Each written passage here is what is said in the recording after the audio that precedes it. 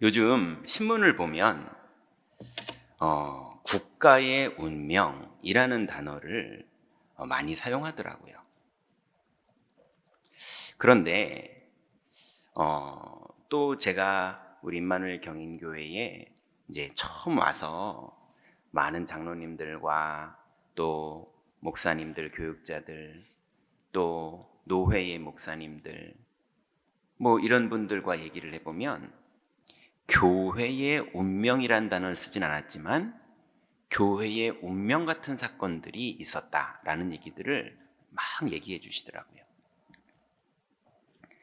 그러다가 지금 이제 이 가정 저 가정 성도님들의 삶을 이제 모셔서 얘기를 들어보기도 하고 찾아가서 또 얘기를 나누면서 하나님 말씀으로 답을 나누기도 하는데, 그런데 마음에 느껴지는 게 또 그분이 얘기하는 내용 속에는 개인의 운명 같은 얘기들을, 그런 스토리와 그런 사건과 그런 헤어나올 수 없는 그런 일들, 거기에 묶여있는 상황들, 그래서 누구에게도 말 못하고 있지만 저에게 소중하게 마음 문을 열고 그런 말 못할 얘기들을 얘기해 주시는 그분들의 어떤 안타까움과 그 다음에 소원과 그 다음에 하나님 말씀을 집중하시는 믿음, 이런 것들을 보면서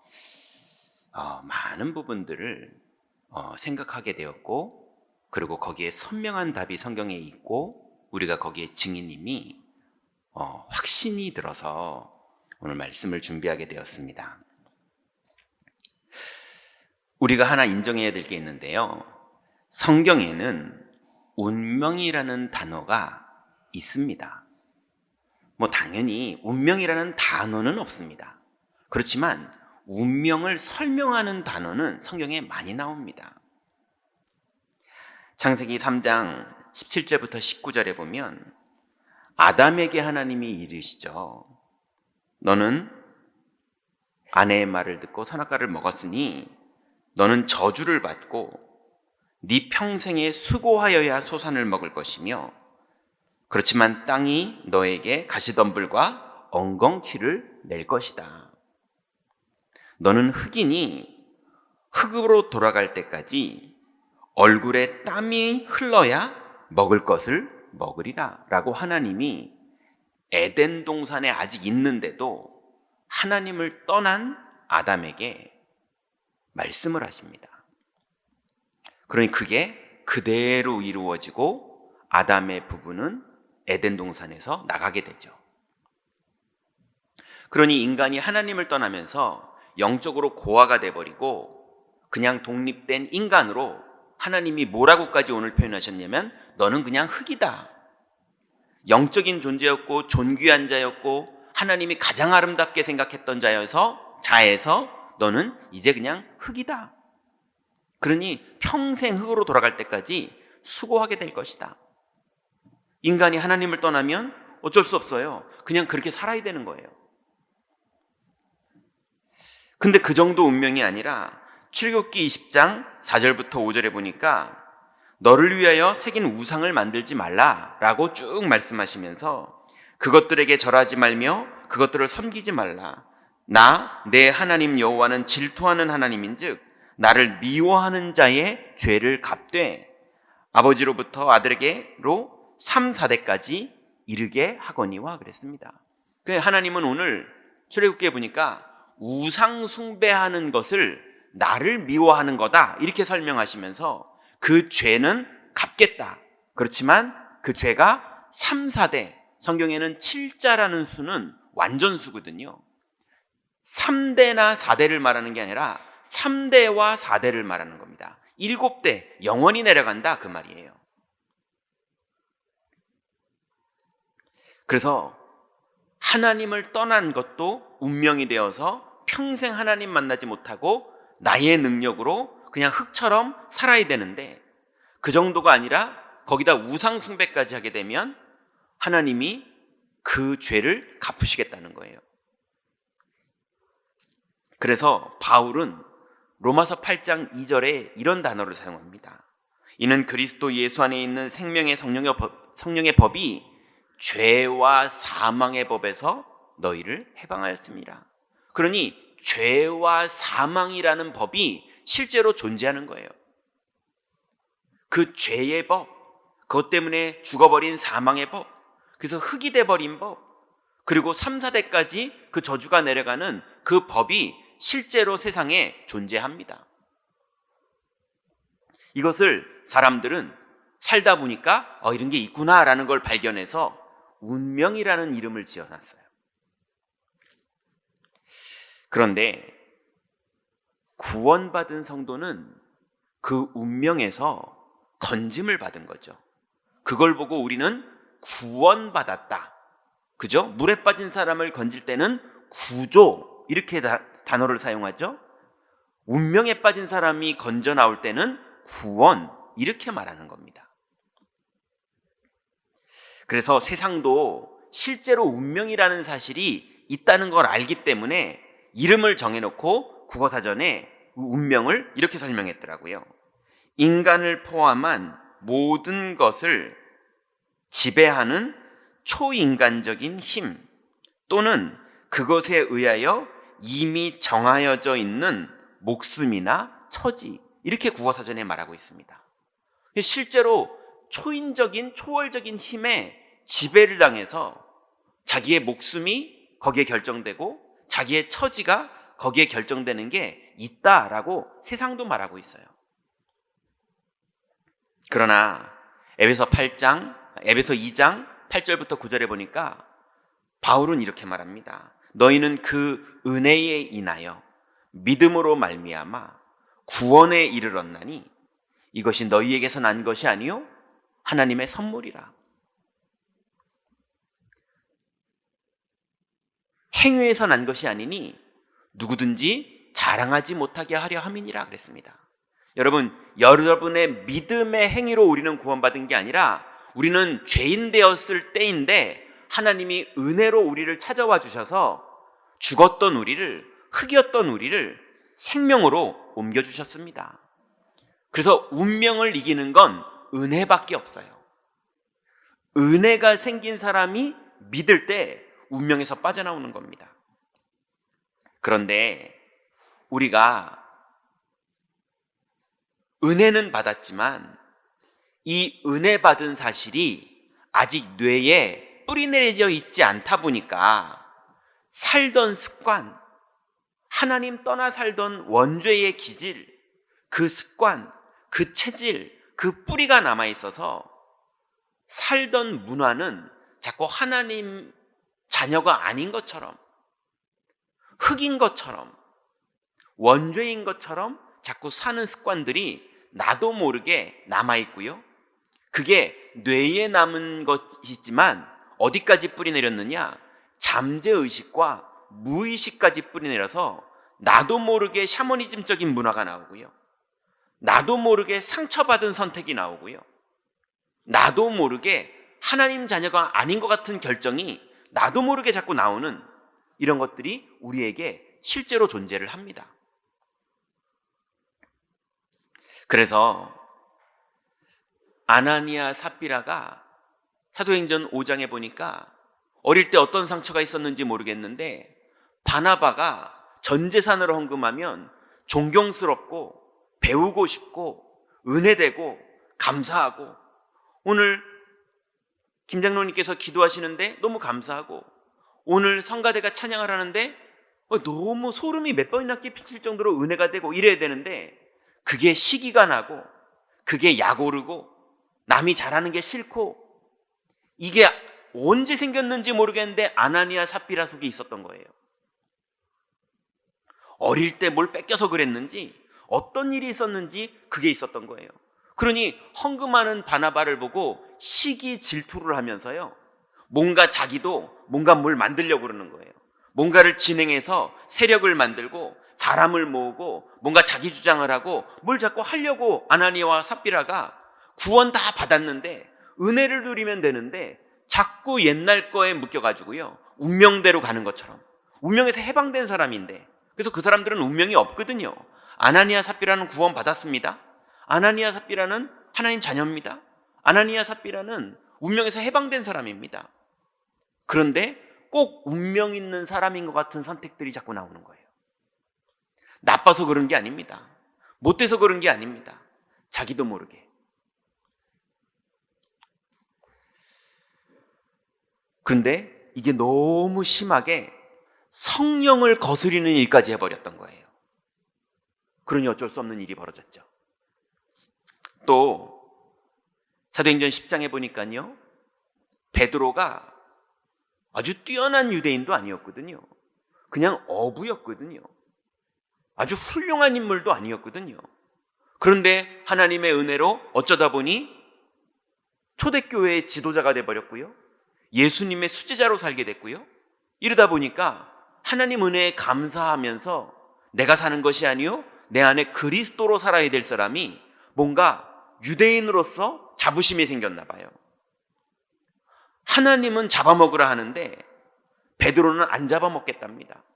오히려 하나님이 내가 선하다고 그러는데 네가 왜 자꾸 더럽다고 그러느냐, 그걸 3번이나 해야 될 정도로 베드로가 뭔가 유대인의 자부심이 남아있고요, 율법주의가 남아있고요, 이게 구원 다 받았는데도 남아있는 거예요.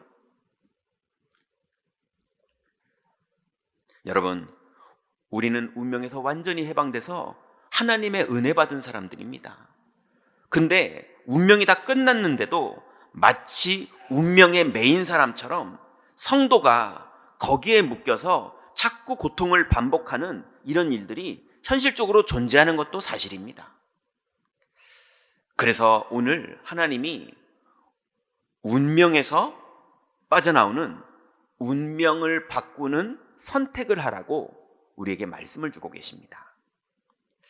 오늘 본문에 보니까 예수님께서 이제 예수님의 제자들 120명 정도가 모였는데 이 사람들에게 운명을 바꾸는 시작을 하십니다. 그래서 첫 번째로 하신 말씀이 너희는 예루살렘을 떠나지 말고, 이렇게 말씀하세요. 여러분, 예루살렘은 어떤 곳입니까? 착각하면 운명의 장소입니다. 왜 그런 것이냐? 이 120명의 제자들이 가장 3년을 살면서 의존하고 의지하던 분이 예수님이었거든요. 예수님이 그리스도라는 사실도 알지만 현실적으로 그리스도를 믿는 믿음보다는 예수님을 의지했어요. 왜냐하면 너무 똑똑하시거든요. 바리새인들을, 서기관들을 다 이겨먹어요. 그리고 예수님은 기적을 행하시거든요. 오병이어도 행하세요.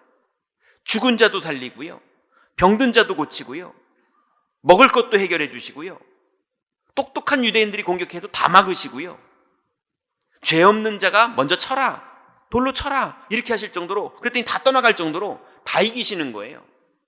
그러니 그분 옆에 수제자로, 그분 옆에 제자로 붙어 있는 것 자체가 어마어마한 권력이었고요, 어마어마한 힘이었고 어마어마한 생존 방법이었거든요.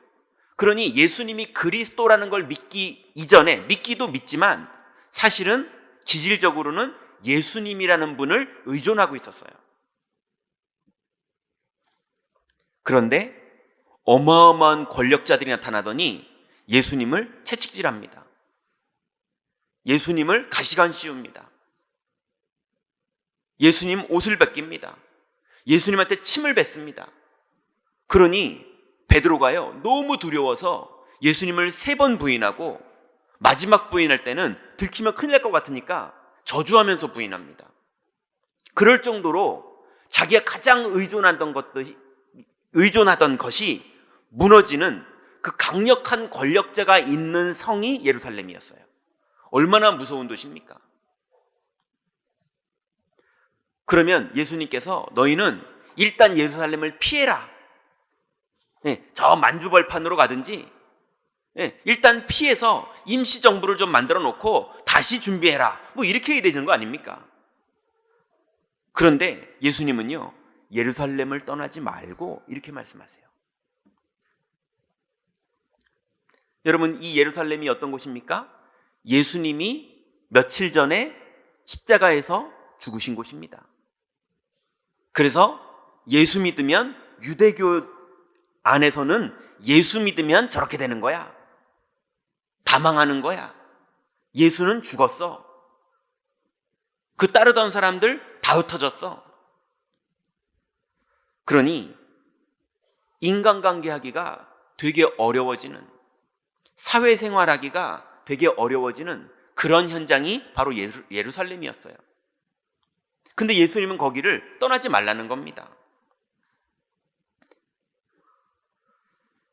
그러니 사회적으로 고립될 수밖에 없는 그 예루살렘에서 당연히 자녀들, 그 다음에 경제, 이런 부분들이 어려워질 수밖에 없는 게 뻔히 보이는 그런 도시가 예루살렘이었어요. 개인과 자녀들의 사회생활이 점점 고립되고 어려워질 것 같고, 그 결과로 경제도 점점 더 어려워질 것이 뻔한 그런 곳이 예루살렘인데, 예수님은 여기를 떠나지 말라는 겁니다. 여러분, 혹시 여러분들도 뭔가 의존하는 여러분의 통장의 재산이라든지, 아니면 의존하는 어떤 가족이라든지 남편이라든지 아내라든지, 여러분이 의존하는 직장에서 오해를 당하고 누명을 쓰고 어려움을 당한다든지, 여러분이 의존하고 있는 내 건강에 문제가 왔다든지, 그 두려움이 여러분에게 왔습니까? 여러분, 구원받은 하나님 자녀는 두려워하지 말고, 거기를 회피하지 말고 그 앞에 믿음으로 직면하고 서시기 바랍니다. 직면해서 서는 방법이 뭐냐? 예수님이 두 번째로 말씀하신 것은 예루살렘을 떠나지 말고 아버지의 약속하신 것을 기다리라, 이렇게 말씀하셨어요.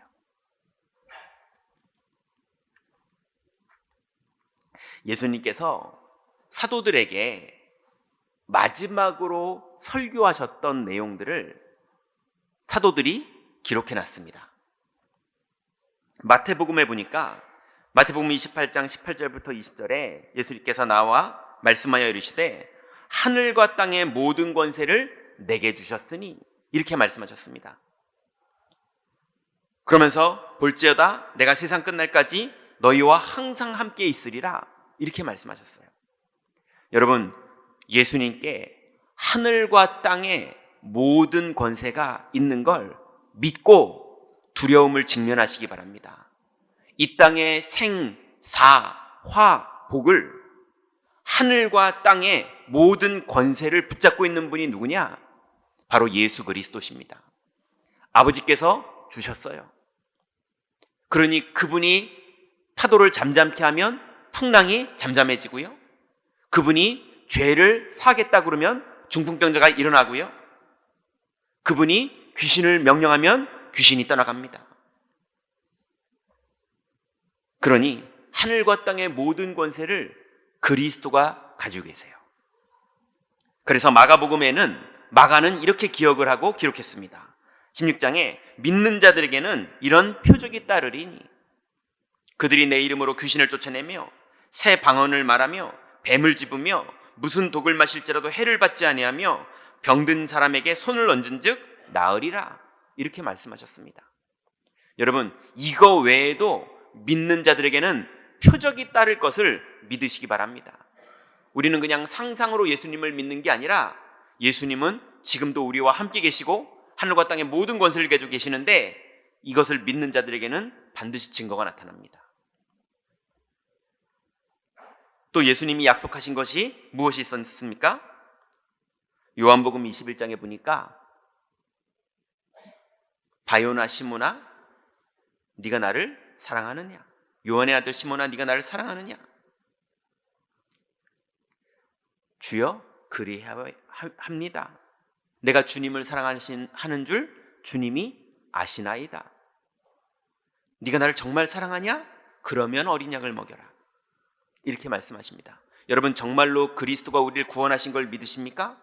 그리스도께서 하늘과 땅의 모든 권세를 정말로 가졌다고 말씀하신 그걸 신뢰하십니까? 그렇다면 여러분, 신앙 고백이 있다면 여러분의 자녀들에게 복음을 증거해 보세요. 여러분, 신뢰하고 있다면 렘넌트들에게 말씀을 포럼해 보세요. 반드시 거기에 성령이 역사하십니다. 우리의 말로 설득하라는 것이 아니라 여러분이 겸손하게 포럼할 때 하나님의 성령이 거기에 임하십니다. 예수님께서 내 양을 치라 이렇게 말씀하셨어요. 그리고 오늘 읽었던 본문에 보니까 마지막으로 예수님께서 승천하시기 전에 오직 성령이 너희에게 임하시면 너희가 권능을 받고 예루살렘과 온 유대와 사마리아와 땅끝까지 이르러 내 증인이 되리라 이렇게 말씀하셨습니다. 여러분 어디에 있든지 그리스도를 믿고 있고 여러분 두려워하고 의지하던 것에 직면을 한다면 반드시 성령이 거기에 임하시는데 권능이 나타날 만큼 임하십니다. 그리고 현장에서는 여러분은 그리스도의 증인이 될 것이라고 예수님이 약속하셨습니다. 그러니 오늘부터 여러분의 운명처럼 찾아와 있는 여러분의 두려움들, 염려들, 또 이미 와 있는 운명 같은 일들 앞에 여러분 그리스도를 믿는 믿음으로 하나님 앞에 서시기 바랍니다. 자, 그러면 이제 우리는 믿음을 선택해야 됩니다.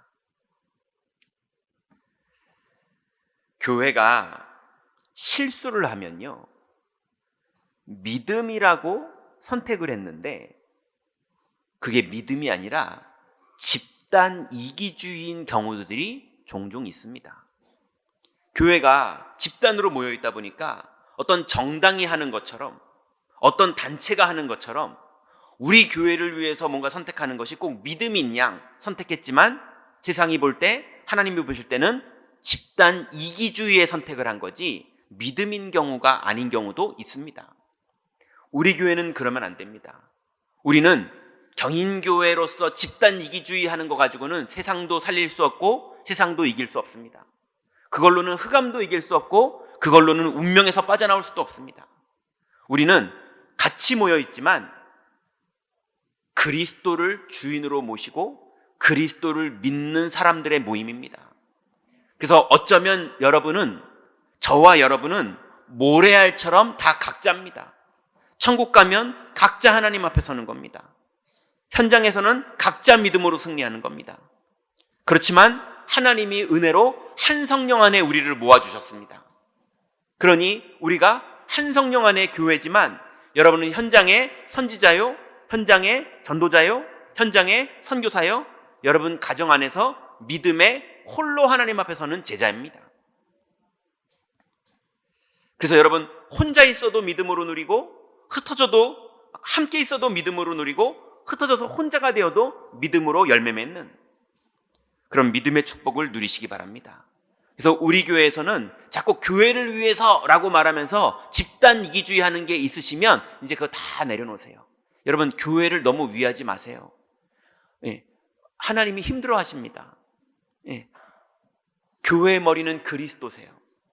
주님이 교회를 지키시고 주님이 교회를 인도하시고 주님이 교회에 역사하십니다.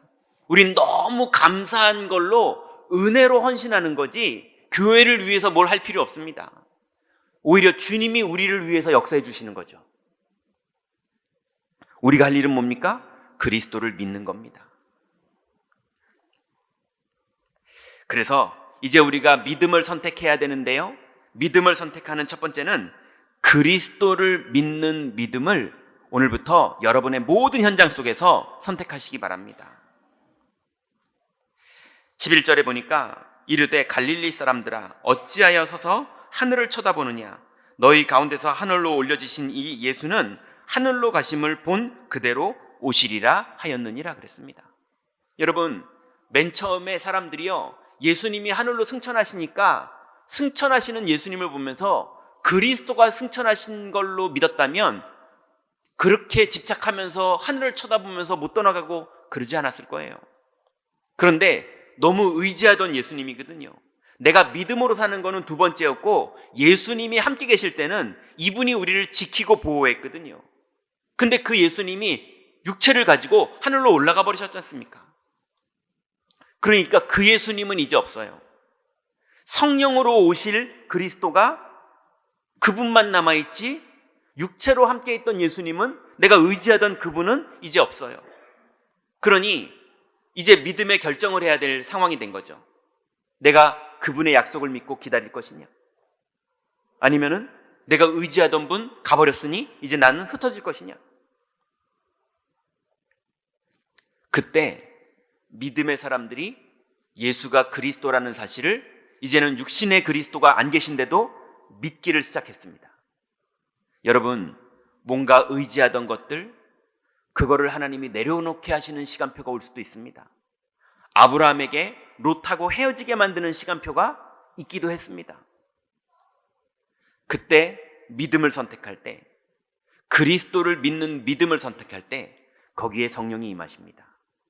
여러분, 마음이 아프더라도 하나님이 뭔가를 내려놓게 하시거든 믿음으로 내려놓으시고 직면하시고 그리스도를 믿으시기 바랍니다. 그러면서 14절에 보니까요, 여자들과 예수의 어머니 마리아와 예수의 아우들과 더불어 마음을 같이하여 오로지 기도에 힘쓰더라 그랬습니다. 여러분, 그리스도를 믿는 사람만 하는 축복이 있어요. 그게 뭐냐? 기도예요. 어떻게 하나님 은혜로 예배까지는 나오시는데 일주일 내도록 혼자 있는 시간에 기도를 한 번도 안 하는 분들이 있을 수 있습니다. 아까 말씀드린 것처럼 이제 여정이에요. 그분이 복음화돼가는 여정이에요. 그렇지만 한 번도 안 하는 사람이 있을 수 있어요. 예, 심지어는 목사인데도 그럴 수도 있어요. 저도 그런 적도 있었어요. 예, 왜 그러느냐?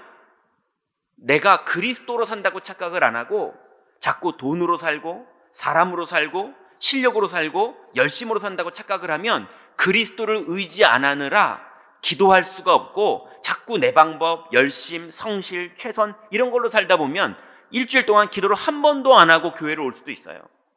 그분이 나빠서 그런 게 아니라 원래 구원 받기 전의 기질들이 그대로 남아있어서 그래요.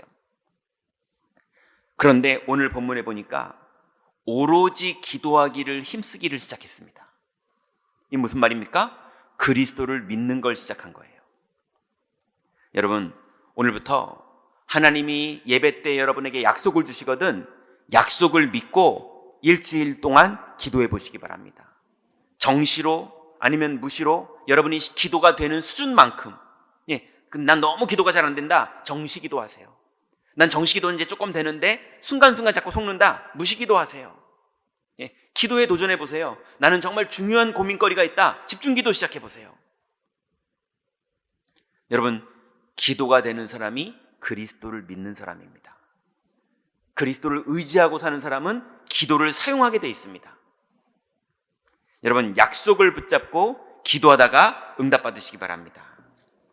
그래서 오늘 보니까요, 15절에 모인 무리의 수가 약 120명이나 되더라, 이렇게 기록으로 남겼습니다.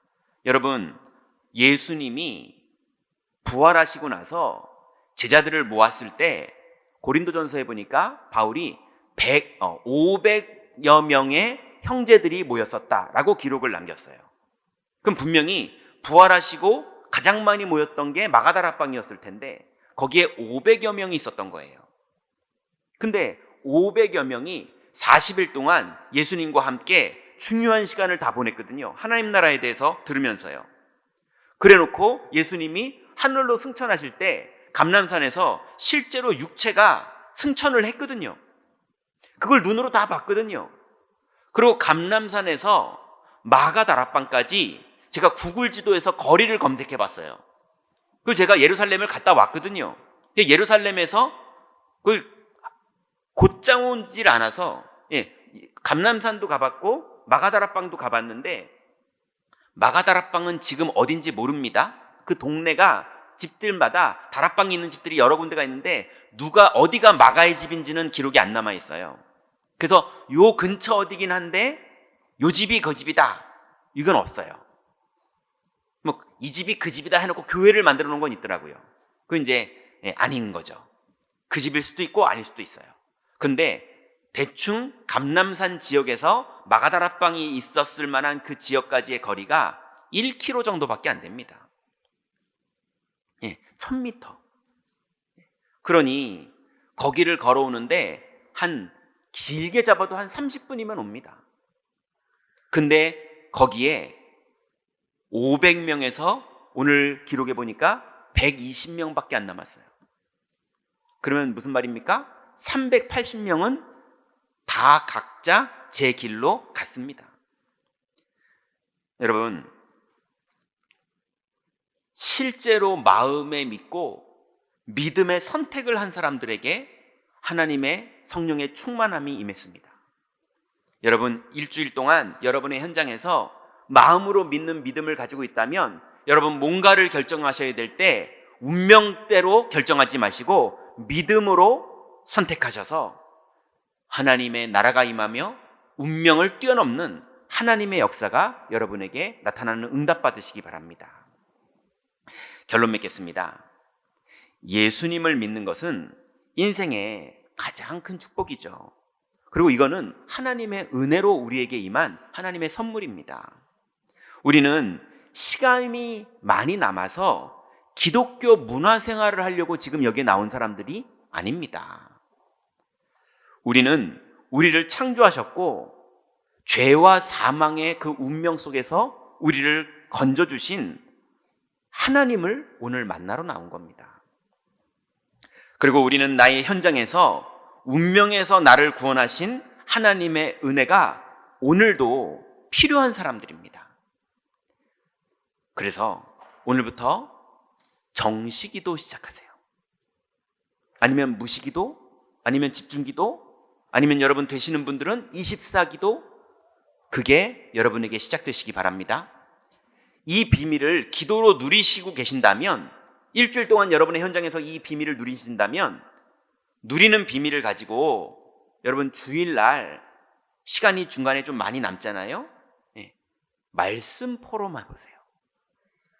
여러분 은혜 받은 걸 가지고 하나님이 나에게 주신 은혜의 말씀을 서로 말씀 포럼해 보세요. 가족들이 모여서 자녀들과 부모님과 포럼해 보세요. 또 중직자들끼리 모여서 이런저런 소문 얘기보다 말씀 포럼해 보세요. 우리 인생이 막 이런저런 소문 그거 막 듣고 그거 얘기하고 그걸로 시간 다 보낼 만큼 여유 있는 인생 아니지 않습니까? 우리 응답받아야 되지 않습니까? 우리 운명에서 빠져나오는 축복 누려야 되지 않습니까?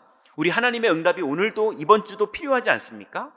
그러면 말씀 포럼하세요. 여러분 혹시나 여러분의 회사 동료나 아니면 여러분의 회사 직원들과 말씀 포럼할 수 있는 사람이 생겼다. 그렇게 되면 여러분 최고의 축복을 여러분의 산업의 현장에서 누리게 될 것입니다. 그리고 마지막으로 하루에 한 번씩 간증하는 마음으로 사세요.